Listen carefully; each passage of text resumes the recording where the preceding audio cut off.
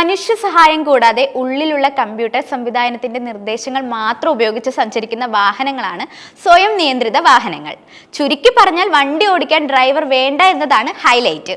അതിനൂതന camera, radar, GPS എന്നിവയിൽ നിന്ന് ലഭിക്കുന്ന വിവരങ്ങൾ കൃത്രിമ ബുദ്ധിയുള്ള കമ്പ്യൂട്ടർ സംവിധാനങ്ങളിലേക്ക് കടത്തിവിട്ടാണ് ഇത് സാധ്യമാക്കുക.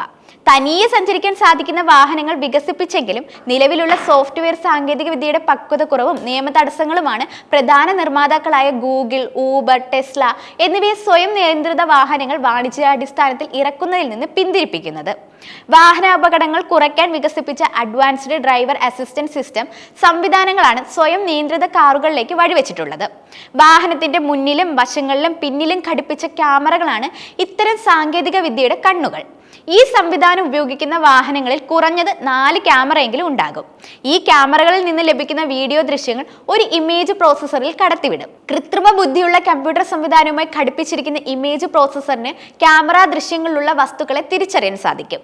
പ്രധാനമായും വീഡിയോ ദൃശ്യങ്ങളെ ആശ്രയിക്കുന്നു എന്നതാണ് ഇവയുടെ പ്രധാന പോരായ്മ. ക്യാമറയിലെ ലെൻസിൽ വെള്ളം അല്ലെങ്കിൽ ചെളി പറ്റുന്നത് കമ്പ്യൂട്ടറിന് വസ്തുക്കളെ തിരിച്ചറിയാനുള്ള കഴിവിനെ ഗണ്യമായി ബാധിക്കുന്നതാണ്. വ്യക്തമായ അടയാളങ്ങൾ നൽകി മികച്ച നിലവാരത്തിൽ നിർമ്മിച്ചിരിക്കുന്ന ഹൈവേകളിൽ മാത്രമേ ഇവയ്ക്ക് ശരിയായി പ്രവർത്തിക്കാനാവുകയുള്ളൂ. സ്വയം നിയന്ത്രിത വാഹനങ്ങളെ വാഹന എഞ്ചിനീയർമാരുടെ സംഘടനയായ സൊസൈറ്റി ഓഫ് ഓട്ടോമോട്ടീവ് എഞ്ചിനീയേഴ്സ് പ്രധാനമായും 6 വിഭാഗമായി തിരിച്ചിട്ടുണ്ട്. ആദ്യത്തേതിൽ ഡ്രൈവിംഗ് സുരക്ഷിതവും സുഗമവുമാക്കുന്ന യാതൊരു കമ്പ്യൂട്ടർ നിയന്ത്രിത സഹായവും ഇതിൽ ഉണ്ടാകില്ല എന്നതാണ്. എല്ലാ കാര്യങ്ങളും ഡ്രൈവർ തനിയെ ചെയ്യണമെന്നതാണ്. ലെവൽ 1 ഡ്രൈവർ വാഹനം നിയന്ത്രിക്കാനായി ചെയ്യേണ്ട പല ജോലികളും ഈ വിഭാഗത്തിലെ കാറുകൾക്ക് തനിയെ ചെയ്യാനാകുമെന്നതാണ്. വേഗം സ്വയം ക്രമീകരിച്ച് സഞ്ചരിക്കാൻ കഴിയുന്ന adaptive cruise controller, electric steering സാങ്കേതിക വിദ്യ എന്നിവ ഈ വിഭാഗത്തിലുണ്ട്. ഡ്രൈവർ സ്റ്റിയറിംഗിന്റെ മുകളിൽ കൈവച്ചാൽ മാത്രം മതി. സുരക്ഷാ കാരണങ്ങൾ മൂലം ഏതാനും നിമിഷങ്ങളിൽ കൂടുതൽ കൈവിട്ട് ഓടിക്കാൻ ഈ കാറുകളിൽ സാധിക്കില്ല. ലെവൽ 2 ഡ്രൈവറുടെ പൂർണ്ണ ശ്രദ്ധ വേണമെങ്കിലും വാഹനം സ്വയം കാര്യങ്ങളൊക്കെ ചെയ്യും. ആക്സിലറേഷൻ, ബ്രേക്ക്, സ്റ്റിയറിംഗ് നിയന്ത്രണം, ഒരു വരിയിൽ നിന്ന് മറ്റൊരു വരിയിലേക്ക് മാറുക എന്നിവയൊക്കെ വാഹനത്തിന് സ്വന്തമായി തീരുമാനമെടുത്ത് ചെയ്യാൻ സാധിക്കുന്നതാണ്. ടെസ്ലയുടെ മിക്ക മോഡലുകളും ലെവൽ 2 സാങ്കേതിക വിദ്യ ഉപയോഗിക്കുന്നവയാണ്. ലെവൽ 3 വാഹനങ്ങൾ ഓടിക്കുന്ന ഡ്രൈവറുടെ ശ്രദ്ധ പൂർണ്ണമായും റോഡിൽ വേണമെന്നില്ല എന്നതാണ്. പക്ഷെ ഡ്രൈവർ സീറ്റിൽ ആളുണ്ടാകണം. ലെവൽ 3 കുറച്ചുകൂടി സ്വയം പര്യാപ്തതയാണ് ലെവൽ 4. ഇത്തരം വാഹനങ്ങളിൽ ഡ്രൈവർ എല്ലാ സമയവും സീറ്റിൽ വേണമെന്നില്ല. ദൂരയാത്രകളിൽ ഡ്രൈവർ കുറച്ചു ദൂരം ഉറങ്ങിയാലും കുഴപ്പമില്ല.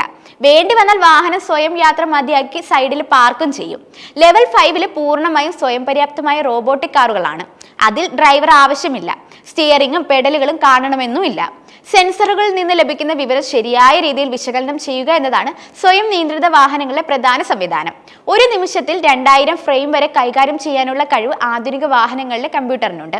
മനുഷ്യരുടെ തലച്ചോറിന്റെ പ്രവർത്തനത്തോട് സമാനമായ deep learning artificial neural networking സാങ്കേതിക വിദ്യയാണ് ലെവൽ 2 അതിനു മുകളിലുള്ള സ്വയം നിയന്ത്രിത വാഹനങ്ങളിൽ പ്രയോഗിക്കുന്നത്. വെയ്മോയുടെ 5ാം തലമുറ റോബോ ടാക്സിയുടെ വില 86 ലക്ഷം രൂപയാണ്.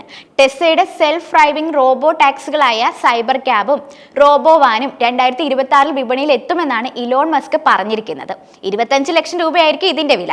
ശരിയായ രീതിയിൽ അടയാളപ്പെടുത്തിയ റോഡുകളും റോഡ് നിയമങ്ങൾ കൃത്യമായി പാലിക്കുന്നവരുമുള്ള സ്ഥലങ്ങളിൽ മാത്രമേ നിലവിലെ സോഫ്റ്റ്വെയർ സാങ്കേതിക വിദ്യ ഉപയോഗിച്ച് സ്വയം നിയന്ത്രിത വാഹനങ്ങൾക്ക് സഞ്ചരിക്കാനാവൂ. ട്രാഫിക് സിഗ്നലിലെ ചുവപ്പ് ലൈറ്റ് മറികടന്നു പോകുന്നവരുടെ നമ്മുടെ നാട്ടിൽ സ്വയം നിയന്ത്രിത കാറുകൾ നിരത്തിലിറങ്ങാൻ ഇനിയും കാത്തിരിക്കേണ്ടി വരും.